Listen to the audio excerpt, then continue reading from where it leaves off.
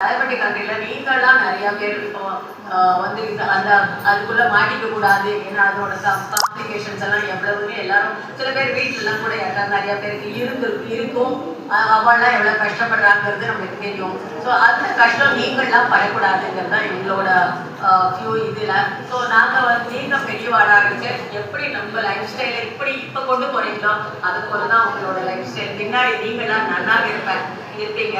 So அதில் வந்து உங்களுக்கு நாங்கள் இன்னைக்கு வந்து நிறைய we will also going to give a little small lectures today like வந்து உங்களுக்கு இப்போ வந்து நம்ம கண்ட்ரியில் வந்து நிறையா கேன்சரும் அவேர்னஸும் நிறைய வேண்டியிருக்கு. நிறைய கேன்சர் பார்க்குறோம். முன்னாடிலாம் வாரத்துக்கு ஒன்று மாதத்துக்கு ஒன்று பார்த்து இந்த கேன்சர் வந்து இப்போ வாரத்துக்கு 6 பார்க்குற டாக்டர்ஸ் எல்லாம் இருக்கா.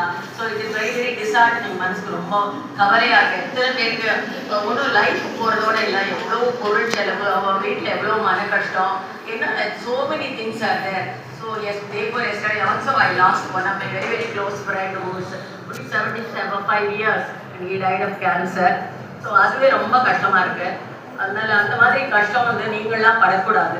கேன்சர்லாம் வராமல் அதெல்லாம் பண்ணால் அது எப்படி தடுக்கிறதுங்கிறதையும் நாங்கள் இன்றைக்கி சொல்லித்தர போகிறோம். அது உங்களுக்கு தெரிஞ்சிருக்கலாம், நிறைய பேருக்கு தெரிஞ்சிருக்கலாம். பட் வந்து அதுக்குரிய தடுப்பு முறைகள்லாம் வந்திருக்கிறத வந்து நீங்கள் இந்த வயசுலேயே போட்டுட்டீங்கன்னா பின்னாடி வந்து உங்களுக்கு கஷ்டம் இல்லாமல் இருக்கலாம். நீங்கள் அப்படியே அது வந்தால் கூட வந்து ரொம்ப சீரியஸாக வராது, கொஞ்சம் லைட்டாக தான் இருக்கும். ஸோ அப்போ வந்து உங்களால் மேனேஜ் பண்ணக்கூடிய அளவுக்கு இருக்கும். ஸோ நியூட்ரிஷன்லையும் இந்த மாதிரி கேன்சர் இதெல்லாம் வந்து அனீமியா இதிலெல்லாம் நீங்கள் நிறைய கவனம் செலுத்தணும். உங்களுக்கு தெரிஞ்சு இன்றைக்கி நாங்கள் சொல்லி கொடுக்கறத நீங்கள் நிறையா பேருக்கு சொல்லணும். எங்களால் ஒரு சில காலேஜஸில் கிடைக்கிறத பேச முடியாது. நிறையா குழந்தைகளுக்கு அவர் டாக்டர் சொல்லி ஒவ்வொருத்தரும் ஒரு டாபிக் பேச போகிறோம். ஸோ அதையும் கேட்டுக்கோங்க. உங்களால் முடிஞ்ச வரைக்கும் அதை ஃபாலோ பண்ணிக்கோங்கிறது தான் என்னோட வேண்டுகோள். தேங்க்யூ.